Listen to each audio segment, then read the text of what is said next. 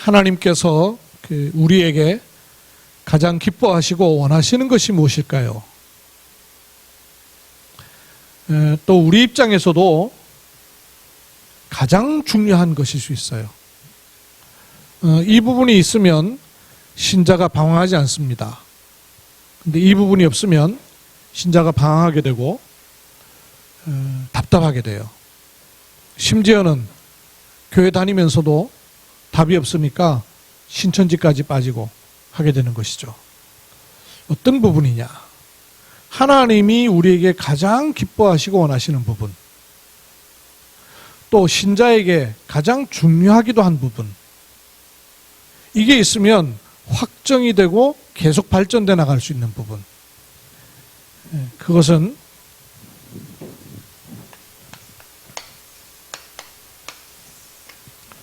응답을 받는 것입니다.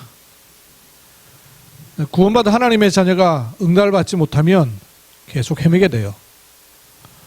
하나님은 하나님 자녀에게 응답 주시는 것이 큰 기쁨이셔요. 그리고 하나님 자녀가 응답 받기를 가장 원하셔요. 근데 이 부분이 안 되면 신자가 신앙생활 자체가 안 돼요. 자기가 누군지도 잘 모르고 헤매게 돼 있어요. 그러면 응답을 받는 첫 번째 열쇠가 뭐냐? 교회를 다니고 있지 실제로 이 첫 번째가 안 되는 바람에 또 헤매고 응답은 저 먼 얘기가 되는 경우 많이 있어요. 하나님 주시는 응답을 받는 굉장히 중요한 첫 번째 열쇠가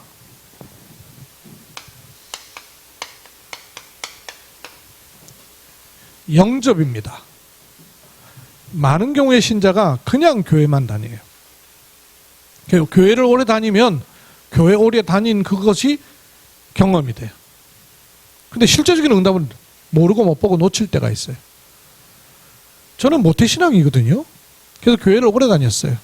근데 이게 영접이 뭔지를 실제로 모르고 못 누렸어요. 왜냐하면 태어나 보니까 교회를 다니고 있으니까. 그냥 교회를 다니는 게 아주 자연스러운 일이니까.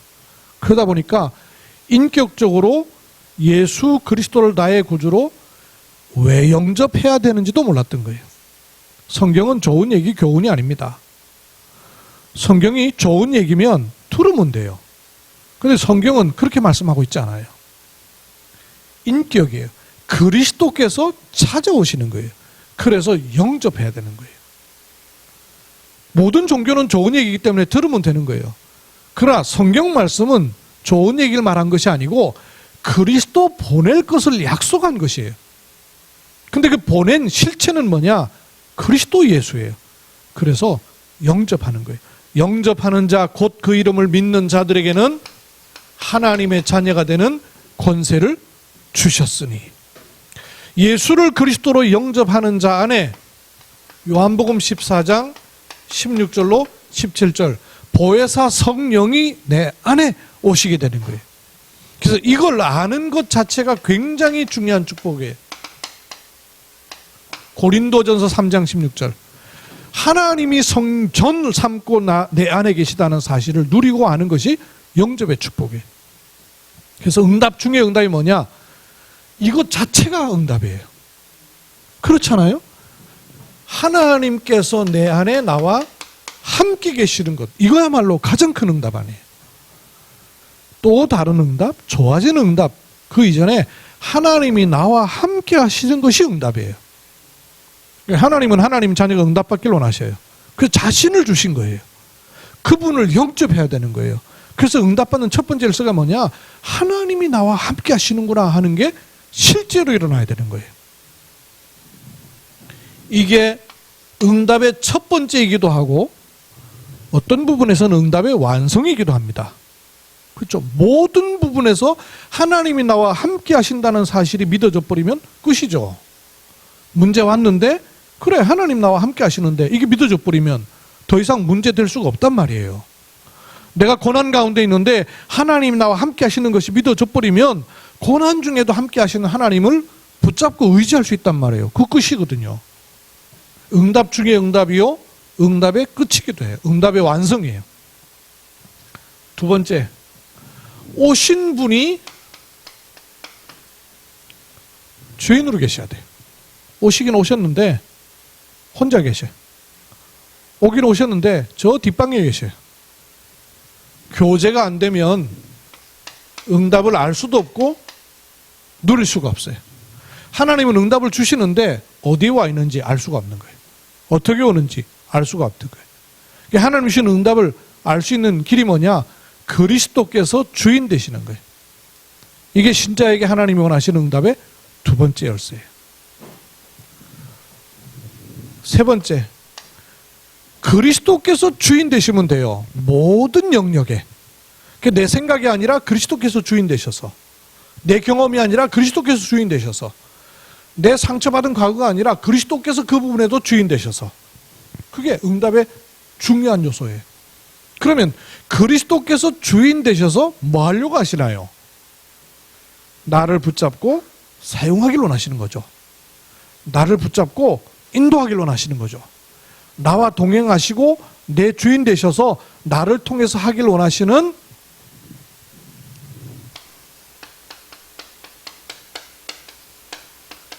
하나님의 작품.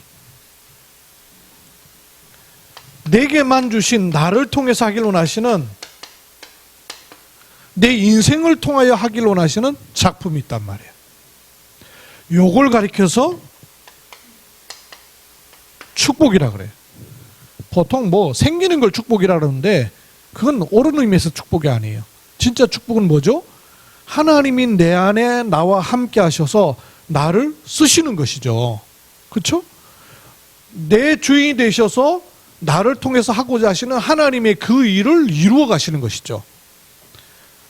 하나님의 나라 임하는, 하나님 나라를 이루는 그 축복이에요. 이걸 가리켜서 전도라 하고요, 선교라 합니다.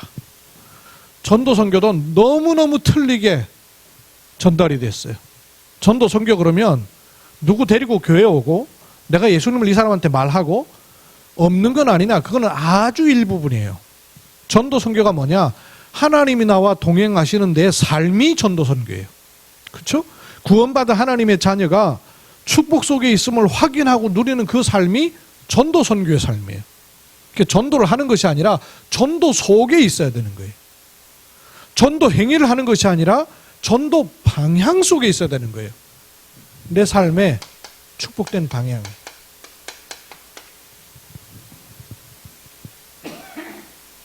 돈 있는 사람, 정치하는 사람, 환경운동가에 의해서 지구가 보존되는 것이 아니에요.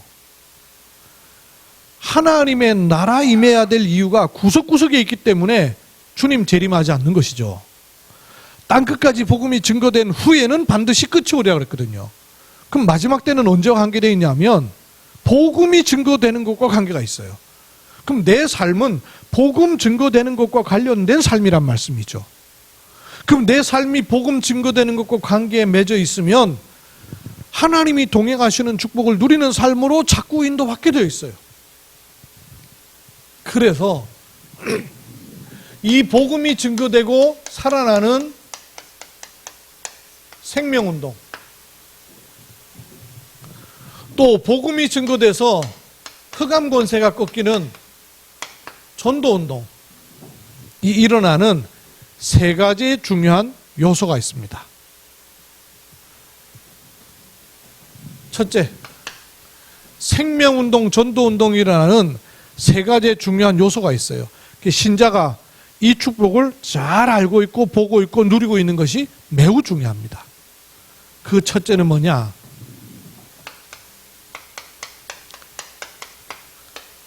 현장을 아셔야 돼요. 현장. 현장이라 하면 뭘 현장이라 하느냐면 불신자가 구원을 받을 그 현장을 말하는 겁니다. 불신자가 교회에 와서 구원받는 것이 아니에요. 불신자가 교회까지 온 데는 쉽지가 않습니다. 여러분, 신자가 하나님께 예배하는데도 여러 장애 요소가 많이 있어요. 하물며 신분이 안 바뀐 불신자가 교회에 와가지고 예배할 수 있다? 기적과 같은 일이에요. 그럼 불신자가 구원을 받을 있는 시간표가 교회에 와서 있는 것이 아니에요. 교회는 구원받은 하나님의 사람이 와서 예배하는 곳이죠. 그럼 불신자가 지금도 구원받는 시간표는 계속 진행되고 있죠. 그렇죠?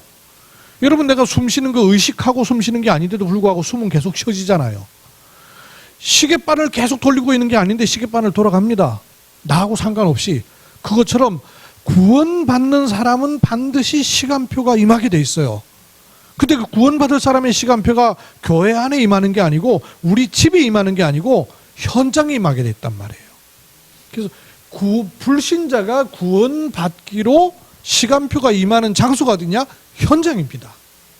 이 현장이 어떤 곳인가를 생각하셔야 돼요. 현장이라 하면 각각이 다르겠죠. 직장 생활 속에 있는 분들은 직장이 현장이 될 수 있어요. 가정주부 같은 경우는 가정과 지역이 현장이 될 수가 있어요. 내 24시간을 가장 많이 보내는 것 자체가 현장이에요. 또 그 시간을 많이 안 보낸다 할지라도 거기에 하나님의 계획과 이유가 있음을 깨닫는 순간 거기는 현장이 되는 거예요. 원래 모든 현장은 하나님의 나라입니다. 그럼에도 불구하고 사단에게 뺏겨버렸어요. 모든 현장이 원래 하나님의 나라 현장이에요. 근데 그 현장을 사단에게 빼앗겨버렸어요. 사단이 왕노릇하는 것이 어디예요, 여러분? 사단이 여기는 내 땅이다 이렇게 차지할 수 있는 곳이 어디예요? 그렇죠, 죄. 죄가 있는 곳마다 사단이 왕노릇할 수 있는 것이에요. 사단이 죄, 사단. 그래서 뭐와 맞물려 있냐면 지역 배경하고 맞물려 있는 거예요. 요 세 가지, 사단과 죄와 지옥, 요 세 가지는 딱 맞물려 있는 거예요. 그래서 불신자는 여기에 살다가 여기로 갈 수밖에 없는 것이죠. 여기를 하나님은 그냥 두길 원하지 않으시고 이것을 회복해야 할 현장으로 우리에게 허락하신 거예요. 내가 다니고 있는 직장이, 우리 가정이 있는 지역이, 내가 생활하고 있는 모든 공간이 회복해야 될 하나님 나라의 현장입니다. 그걸 내가 알고 있고 보고 있으면 돼요. 그게 영적인 일이 달라지기 시작하는 것이죠. 또 어떤 곳으로서의 현장이냐 하면 내가 전도하고 막 애를 쓰는 것이 아니고 예수 믿으라고 강요하는 것이 아니고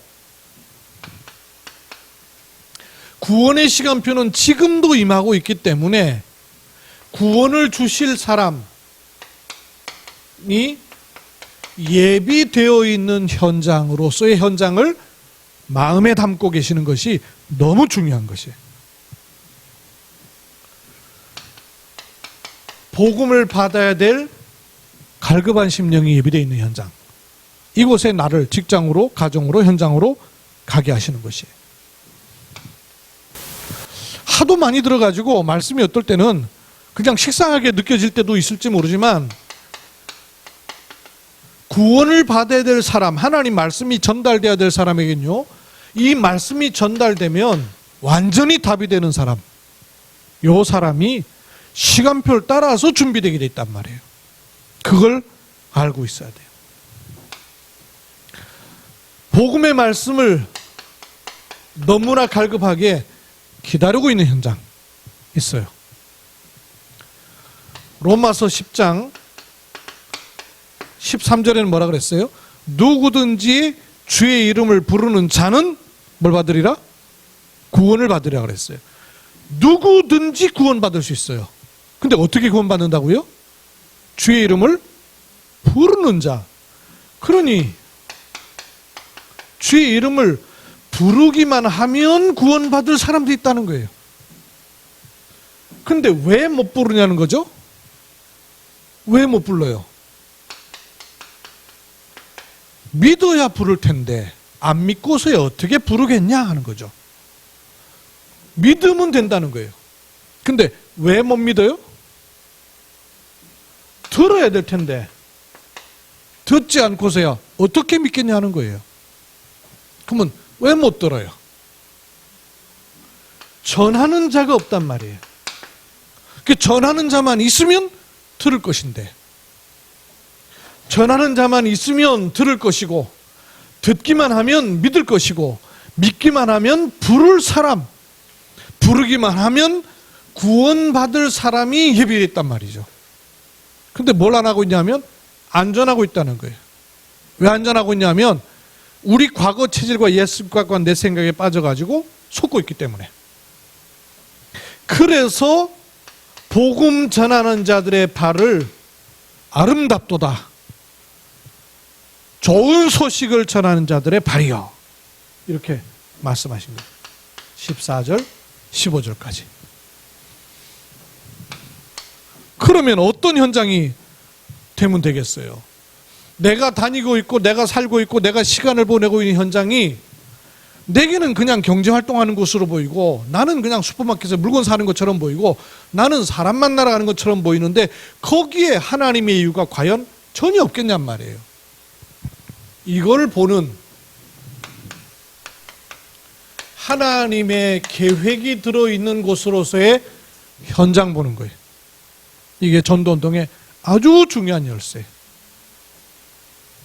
그래서 이 현장에 하나님이 불신자로 하여금 구원받을 곳으로서의 현장을 준비해 놓으셨고, 특히 예비되어 있는 중에 내 삶의 현장을 있게 하신 거예요. 모든 사람은 삶의 현장이 있어요. 그렇죠? 구원받은 하나님의 자녀가 일상생활합니다. 교회만 있는 게 아니란 말이에요. 이거는 일시적으로 모여서 예배할 때 있는 곳이고, 더 중요한 것은 내 삶의 현장이에요. 내 삶의 현장에서 뭐 해야 될까요? 하나님의 약속, 언약이 살아있어야 돼요. 그래서 내 삶의 현장에서 언약을 붙잡으셔야 돼요. 그 언약을 붙잡는 것이 강단을 붙잡는 거예요. 성경 66권은 구원과 생명의 말씀이에요. 이미 구원받았어요. 그럼 그걸로 끝나는 것이 아니라 구원과 생명 가진 하나님의 사람들이 늘 주시는 말씀이 있단 말이에요. 만나와 같이. 만나 쌓아놔버리면 다 썩어버렸어요. 만나는 어땠습니까? 그날 주어지는 만나였어요. 그날 먹을 만나가 그날 주어졌어요. 한 주간 동안에 언약을 붙잡을 말씀이 강단인 거예요. 그래서 강단 말씀을 언약으로 붙잡아야 돼요. 그래서 그냥 듣는 걸로 빠지면 여러분 많은 것을 놓치게 되는 거예요. 강단 속에 하나님이 한 주간 동안에 주시는 언약의 말씀이 무엇인가를 붙잡으셔야 돼요. 요 강단 말씀을 언약으로 붙잡고 인도를 받으시면 되죠. 어떻게 인도받습니까? 광야 생활하던 이스라엘 백성이 어떻게 인도받았어요? 언약궤를 앞세우고, 언약궤를 앞세우고 뒤따라가는 거예요. 상거를 두고 거리를 뒀어요. 너무 가까이 가면 잘 안 보이고 너무 멀리 가도 잘 안 보여. 가까이 가면 언약을 붙잡는 게 아니고 사람 보이기 때문에 실패하고. 그래서 인도를 받는데 하나님 말씀을 가지고 작은 실천, 하나님 말씀에 힘을 얻는 기도, 요거 가지고 인도받는 것입니다. 그러면서 세 번째 해야 될 게 있어요. 우리가 인도받고 하나님 응답을 받는 가장 중요한 길이에요. 내가 있는 현장에 구원을 예비하신 불신자와 예비된 사람이 있음을 알고 내 삶을 잘 쳐다보면, 언약 가지고 기도하고 있으면 하나님이 문을 여시게 돼 있어요. 어떤 식으로든 하나님의 시간표를 때를 따라서 허락하시게 돼 있어요. 요거 인도받는 것입니다. 두 번째, 그러면 문이 열리고 시간표가 되었을 때 하나님이 원하시는 말씀이 전달돼야 되겠죠. 그래서 생명운동의 두 번째 요소가 뭐냐? 말씀을 가지고 있어야 돼요. 누군가가 나에게 가장 필요로 하는 것이 뭐겠어요? 돈 빌려주는 거? 육신적으로 잘해주는 것? 아니요. 하나님의 말씀이 그 사람에게 사실은 필요한 거잖아요. 다른 건 다 껍데기예요. 겉모습이에요. 다 문이에요. 중요한 건 뭐냐? 그 영혼에 필요한 것은 하나님의 말씀이란 말이에요. 그러면 나에게 그 줄 하나님 말씀이 있어야 제대로 줄 수가 있는 거죠. 그럼 내게 하나님이 원하시는 시간표, 하나님이 원하시는 사람에게 하나님이 원하시는 줘야 될 말씀이 뭐가 있어야 되겠느냐 하는 것입니다. 5가지로 요약해서 말씀을 드릴 거예요. 이걸 여러분 마음 가운데 꼭 새기고 계셔야 돼요. 항상 여러분이 누리셔야 되고 언제든지 줄 수 있어야 되고 언제든지 여러분이 확인하고 계셔야 돼요. 도대체 세상과 인생이 실패할 수밖에 없는 원인이 뭐냐? 요거 얘기해 줘야 돼요. 실패 가운데 있고 고통 중에 있고 낭망 중에 있는 구원을 받기로 예비된 사람이 시간표가 올 수밖에 없는 그 원인을 얘기해 줘야 돼요. 병원에 가면 약부터 주고 처방부터 내는 게 아니라 진단부터 하는 겁니다. 그것처럼 하나님 말씀은 뭐라고 얘기하는가? 원인. 원인만이 아니고 두 번째, 그 원인에 대한 답을 줘야죠. 하나님 말씀으로. 그렇죠? 그리고 그 답만 주는 것이 아니고 그것으로 온 축복, 변화가 뭔가를 알도록 도와야 돼요. 그러고 나면 응답을 누릴 수 있게 돼요. 응답만 받는 것이 아니고 이제는 인생과 삶의 방향이 딱 맞아지도록 요 5가지를 가지고 안내하는 겁니다. 우리가 사람을 하나님 말씀으로 안내하는 지도예요. 요 5가지. 우리 개인에게도 확인하셔야 돼요. 첫 번째 뭐냐? 도대체 인생이 실패하는 이유와 원인이 뭐냐? 그럼 거기서 빠져나오는 중요한 해답은 뭔가? 그리고 그 응답을 어떻게 축복으로 누릴 것이냐? 매일매일 삶에서 오는 응답, 그리고 내 삶의 방향은 어떻게 잡을 것이냐? 이렇게 붙잡아야 돼요. 지금 뭐 우리나라만이 아니고요. 제가 이번에 훈련받고 돌아가신 인도네시아, 말레이시아 이런데 그 훈련받고 돌아간 분들 영상으로 다 연결해갖고 알아보니까 말레이시아 같은 데는 아예 집 밖을 못 나간대. 나갔다 경찰한테 잡히면은 벌금 막 물고 이런데요. 뭐 훨씬 더 심하대요. 그런 그 통제 같은 것들이. 근데 이분들이 이제 훈련받고 돌아가 놓으니까 집에만 있어야 되지만 집에서 집중할 거리가 생겼잖아요. 복음에 집중하면서 너무 좋다 그러더라고요. 여러분 여기에 집중할 수 있어야 됩니다. 여러분 이 5가지에 대해서는 분명한 답을 가지고 계셔야 돼요. 도대체 인생이 실패하는 원인이 뭡니까? 성경은 뭐라고 말씀하고 계세요? 창세기 3장 근본 문제. 여기서부터요. 인생이 결국에는 뭘 해도 안 될 수밖에 없는 근원적인 문제가 있어요. 창세기 3장 근본 문제. 하나님을 대적하고 쫓겨난 사단, 요 사단으로 말미암아 윤리 도덕의 죄가 들어온 게 아니라 근원적인 죄, 원죄가 들어버린 거예요. 그 결과 하나님과 함께 될 사람이 하나님을 떠나버리게 된 거예요. 여기서부터 모든 문제 다 오는 거예요. 사람을 설명하고 설득해가지고 복음 받도록 할 수 있는 재주가 우리에게는 없습니다. 답이 뭐냐? 하나님의 말씀을 바르게 전달해 주면 돼요. 많은 얘기가 필요한 게 아니라 요 3가지 분명하게 얘기해 줘요. 여러분 예비된 사람의 특징이 뭐냐? 하나님의 말씀이 3가지를 얘기해 줬는데 그걸 알아듣는 사람이 시간표가 된 사람이에요. 그렇지 않으면 시간표가 안 된 사람이니까 괜히 신경 쓰지 말고 이 3가지만 마음 가운데 딱 담아두고 있으면 돼요. 요거를 전해주는 거예요. 이 3가지 때문에 인생은 시간이 가면 갈수록 자기와 관계없이 처음부터 계속 깊이 들어가는 것이 창세기 3장의 나 중심. 삶은 살수록 육신 중심. 성공하고 뭘 하고 사람들 앞에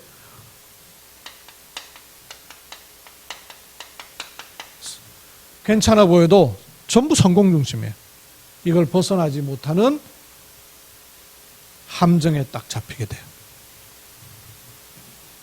그래서 결국은 어떻게 되죠?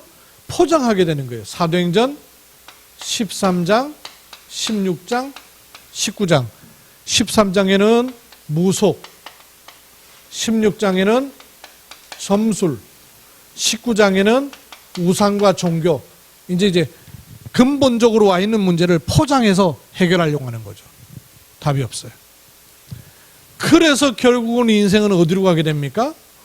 불신자였을까의 상태. 신분이 하나님하고는 아무 관계가 없는 마귀에게 잡혀버리는 거예요. 그러니 그 상태 자체가 하나님과 관계없으니 상태 자체가 하나님 떠난 상태가 되는 거예요. 본질상 진노의 자녀였더니, 그랬어요.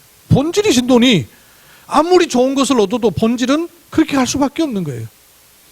그래서 육신과 정신 모든 삶의 문제는 올 수밖에 없는 거예요. 대부분 요 삶의 문제만 문제라고 생각해요. 그 이전에 요 세 가지를 놓쳐버리는 거예요. 그대로 가면 어디 가게 됩니까? 지옥 배경. 이 문제가 자기 대해서 끝나는 게 아니고 후손에게까지도 대물림 될 수밖에 없는 게 하나님 떠난 불신자의 코스가 돼버리는 거예요. 이 원인을 얘기해 주는데요, 자기의 실존을 알게 되는 사람이 예비된 사람이에요. 여기서 빠져나올 수 있는 길이 뭡니까?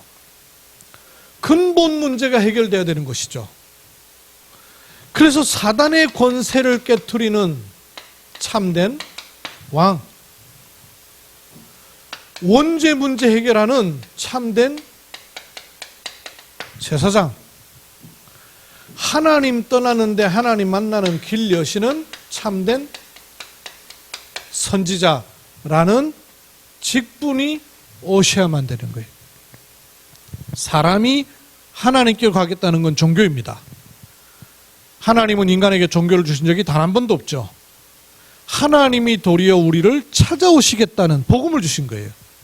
하나님이 우리를 찾아오시는데 하나님 자신이 오시는 거예요. 그래서 아들을 보내신 거예요. 하나님이 아들이 오실 때, 사람 가운데 오실 때는 직분을 입고 오셔야 돼요. 그렇죠. 트럼프 대통령이 북한에다가 자기 자식을 보낸다 합시다. 자식 보낼 때 그냥 자식의 조건으로 보낼 수 있는 게 아니에요. 직분을 줘야 돼요. 어떤 직분이겠어요? 북한과 미국과 관련된 직분을 주는 거죠. 그래서 특사를 보내어서 자기가 가야 되는데 자기 대신에 특사를 보내는 거예요. 하나님이 인간 세상 속에 오셔야 되기 때문에 사람의 몸을 입고 오셔야 되는 거예요.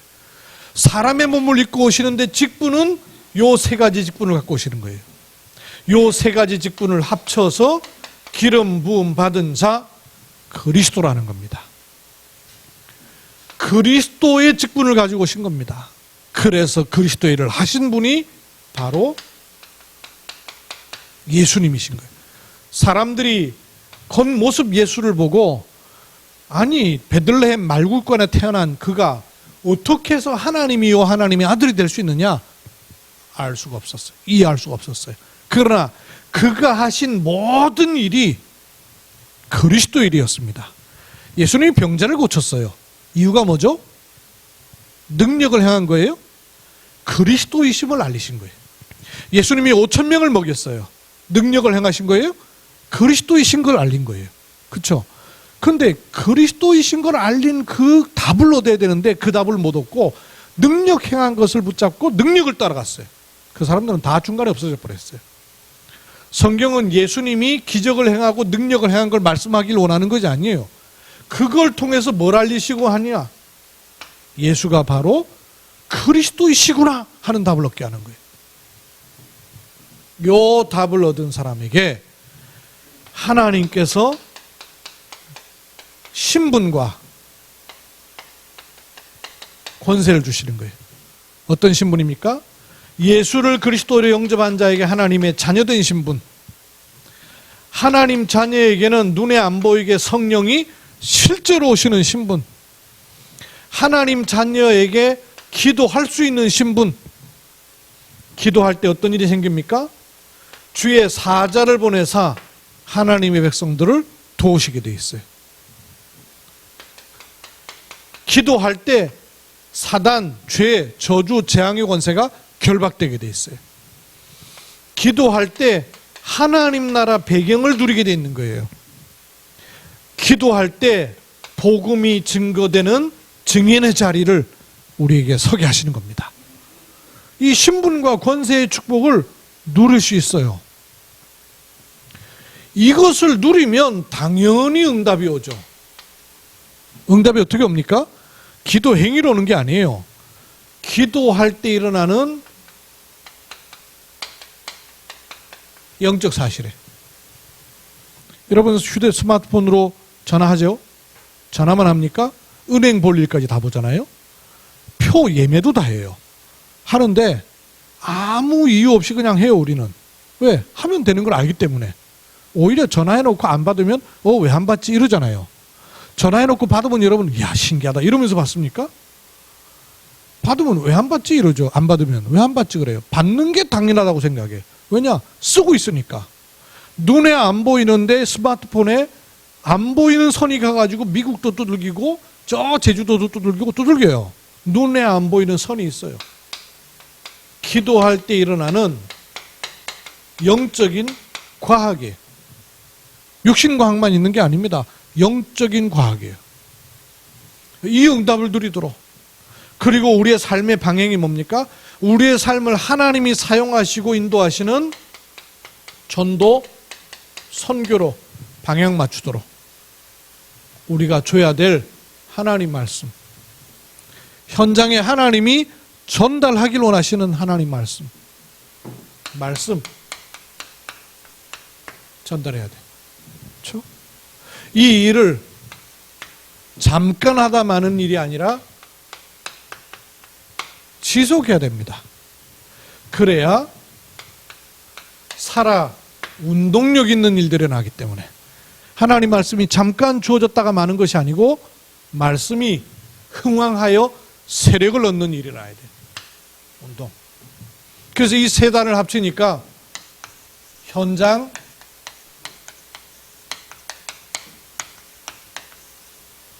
말씀 운동. 이 현장에서 말씀 운동을 할 때 생명을 붙이시고 전도의 일들이 일어나는 겁니다. 요 세 단을 합쳐서 다락방이라고 하는 거예요. 마가 다락방에서 어떤 일이 일어났느냐? 요 세 가지 일이 일어났던 거예요. 구원을 주시기로 작정된 사람이 있는 현장, 그 사람에게 전해야 될 하나님 말씀의 답, 그리고 이 일을 지속한 거였어요. 어떻게 지속이 될 수 있을까요? 무슨 일이든 여러분 그냥 지속되는 게 아니에요. 가치가 발견될 때 지속할 수 있어요. 시켜서 지속할 수 있는 건 아니에요. 한계 있어요. 가치가 발견될 때 뭐든지 지속됩니다. 하나님 주신 우리에게 주신 복음은 어떤 복음이에요? 그냥 교훈, 이익, 유익을 위한 복음이 아니에요. 하나님은 우리에게 생명의 복음을 주신 거예요. 이 생명의 복음을 어떻게 주셨느냐? 생명으로 주셨어요. 죽으심으로 주셨다고 말해요. 아무런 공로 없이 주신 것이 아니고 그리스도께서 죽으심으로 주신 것이에요. 생명을 걸고 주신 거예요. 왜? 그거라야 생명 살리기 때문에. 생명의 복음을 자신의 생명을 주시어서 또 다른 사람에게 들어가면 그 사람도 살 수 있도록 주신 복음이에요. 그 가치를 발견한 사람은요, 복음을 지속할 수밖에 없게 돼 있어요. 복음의 맛을 본 사람은요, 복음을 찾게 돼 있어요. 복음을 듣게 돼 있어요. 복음의 맛을 저희가 조금 보고 나니까 다른 어떤 것도 걸리적거릴 게 없는 거예요. 방해할 수 있는 요소가 아무것도 없더라고요. 제가 저번에 한번 글 올렸던 적 있죠. 스스로 외에는 아무도 예배를 막을 수 없다. 여러분, 예배를 누가 막을 수 있어요?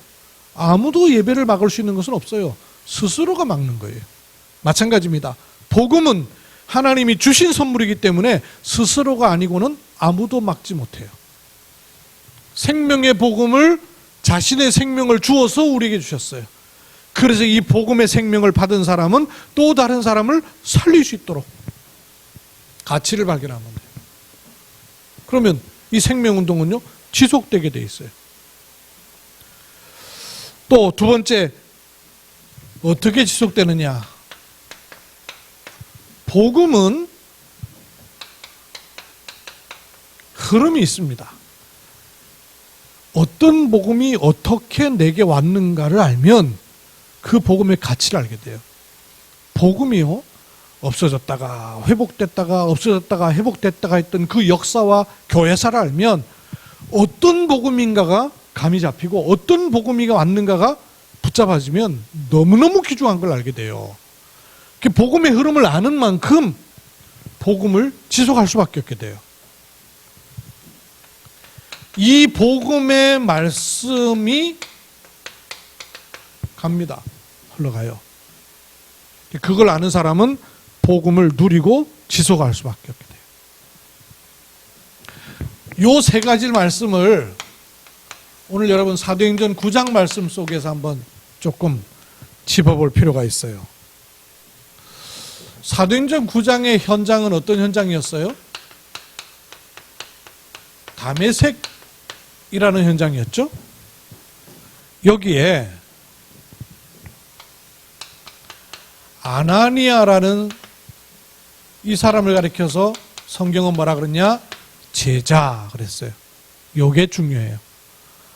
현장에 아나니아라는 제자가 있는 겁니다. 이게 하나님 보실 때 너무너무 중요한 거죠. 기업도 많고 회사도 많고 상인, 가게도 많아요. 근데 그곳에 제자가 있느냐 하는 거예요. 그래서 여러분이 너무너무 중요한 분들이에요. 여러분이 있는 현장 자체가 하나님 보실 때는 매우 소중한 현장이 되는 거예요. 아나니아라는 제자가 다메섹에 있어요. 여기에 아나니아에게 뭐라 그러셨어요? 아나니아야 부르시더니 네가 직가라는 거리로 가라. 직가라는 게 이게 똑바른 거리라는 얘기죠. 그럼 어느 도시든 똑바른 거리는 변두리가 아니죠. 대부분 중심가인 경우가 많죠. 다메섹 중에서도 직가라는 곳에 가서 누굴 찾으라 그랬습니까? 거기에 유다의 집을 찾아가라. 그럼 거기에 누가 있어요? 거기에 다소 사람 사울이라는 자가 있을 것이다. 근데 요 사람이 지금 뭘 하고 있다 합니까? 그가 기도하는 중이다 그랬어요. 뭘 포함하고 있습니까? 원래 사울이 거기 기도하러 가고 있었어요? 뭐 하러 가고 있던 중이었어요, 이 사람? 다메섹으로 지금 뭐 하러 가고 있었어요? 대제사장의 공문을 받아서 예수 믿는 사람들은 잡아도 괜찮다는 체포영장을 발부받아서 그 사람들을 잡으러 의기양양하게 가고 있던 중이었어요. 기도하고 있던 중이 아니고. 근데 왜 갑자기 기도하는 중이 됐어요? 다메섹에서 빚받아 버렸죠. 눈 멀어 버렸어요. 여러분 갑자기 기침만 나도 이거 코로나 아닌가 싶을 텐데 요즘은 제가 지난 주간에 갑자기 몸살기가 와가지고요 설사가 나기 시작하고 막 이러면서 뭐 희한한 거예요. 그래서 야 이거 코로나 아니냐 이래갖고 제가 제 방에 혼자 따로 또 격리했었잖아요. 이게 또 뭔 적이었고 지나고 보니까 아니에요. 빚받아 버렸어요. 눈이 멀었던 거예요. 그러니까 눈이 멀었으니까 눈 먼 사람을 인도에 가갖고 유다의 집에다 대다 놓은 거예요. 그럼 유다 집이 어떤 집이라는 얘기가 되죠? 유다 집. 요 사람 집도 그냥 데리고 가진 않았을 거 아니에요. 사울을 데리고 갔을 때는 사울과 관련되었거나 사울을 받아들일 만한 사람이죠. 그죠? 그럼 이 사람도 역시 유대인이란 얘기예요. 아직까지 크리스찬이 아니란 얘기죠. 유대인, 그것도 골수당원일 수 있다는 얘기죠. 그 집에 데려다 놓은 거예요. 근데 그 집에서 이 사람이 뭐 하느냐? 기도하는 중에 누구한테 기도하겠어요? 하나님 철저하게 믿는 사람이에요. 하나님께 기도하는 거예요. 그리스도를 모르고 있는, 기도하고 있는, 자기 문제로 인해서 하나님 앞에 설 수밖에 없는 시간표를 주신 거예요. 이게 시간표가 된 거예요. 모든 사람은 하나님 앞에 서야 될 시간표가 반드시 오게 돼 있어요. 살아있는 동안에 오고 살아있는 동안에 맞지 않으면 죽어서 맞게 돼요. 시간표 반드시 와요. 요런 사람이 현장에 있다고 말이에요. 그럼 현장의 제자에게 현장의 시간표가 된 사람을 현장의 장소에 붙이시는 거예요. 그 현장. 두 번째, 그러면 여기에 말씀을 주셨어요. 어떤 말씀을 주셨습니까? 아나니아야. 하나님이 아나니아에게 아나니아야 이렇게 말씀하셨어요. 이러면서 뭐라고 하시냐면 사울을 찾으라 는 말씀을 주셨어요. 그리고 그에게 안수하여서 보게 하라 말씀과 해야 될 미션을 주신 것이죠. 요 말을 아나니아가 처음에는 가지 못했어요. 사울이라는 자가 도대체 누군데 제가 거기 가겠습니까? 그는 예수 믿는 사람을 잡아 죽이려고 지금 다니고 있는 사람입니다. 그 말은 내가 가면 나도 죽습니다 그 말이죠. 그런데 그 말씀을 가지고 가요. 그 말씀을 그대로 전달했는데 사울에게는 인생의 답이 되었어요. 왜? 하나님 말씀이기 때문에. 하나님이 준비하셨기 때문에. 요 답을 얻은 사울이 9장 18절 9장 22절에 보면 다메섹에 사는 형제들과 함께 며칠을 있으면서 나와서 그 즉시로 복음의 말씀을 전하게 되는데 예수가 바로 하나님의 아들이시다.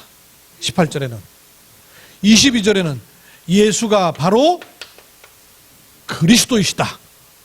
정확한 복음을 전하게 되는 거예요. 그 말은 정확한 복음을 말씀으로 들은 거죠. 세 번째,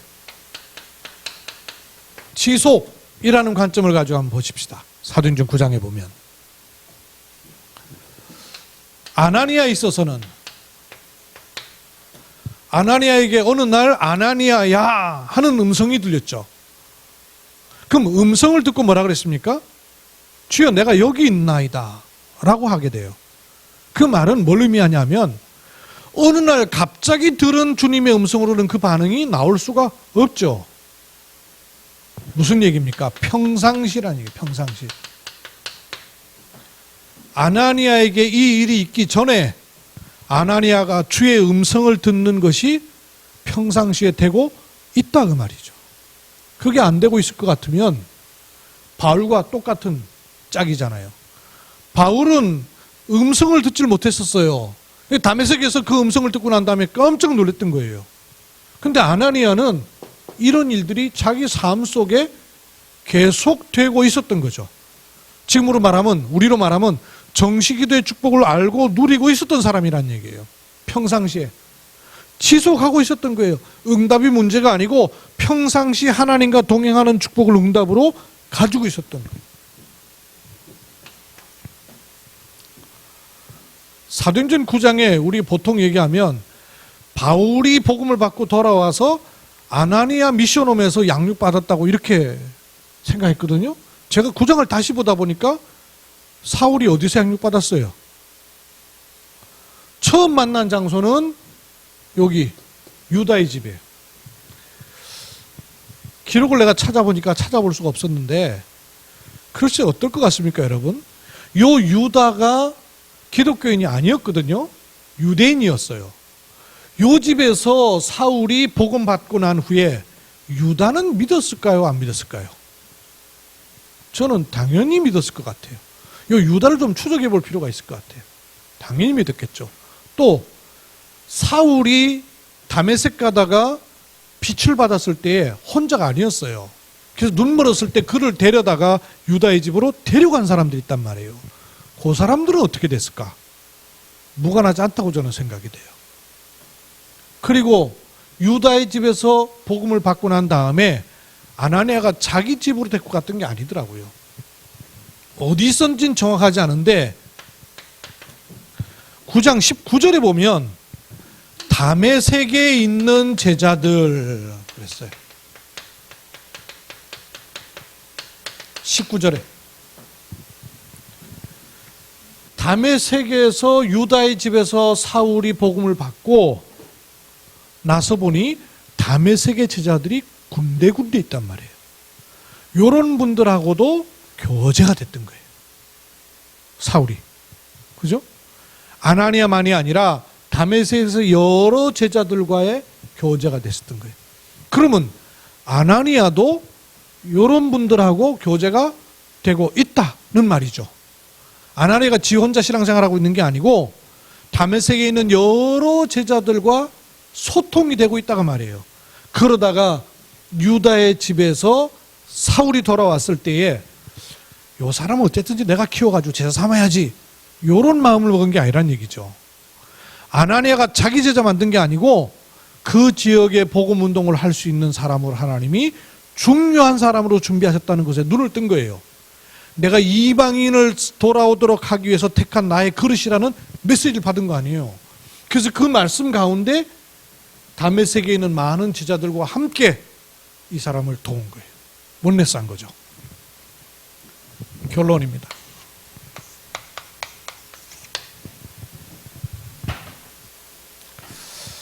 여기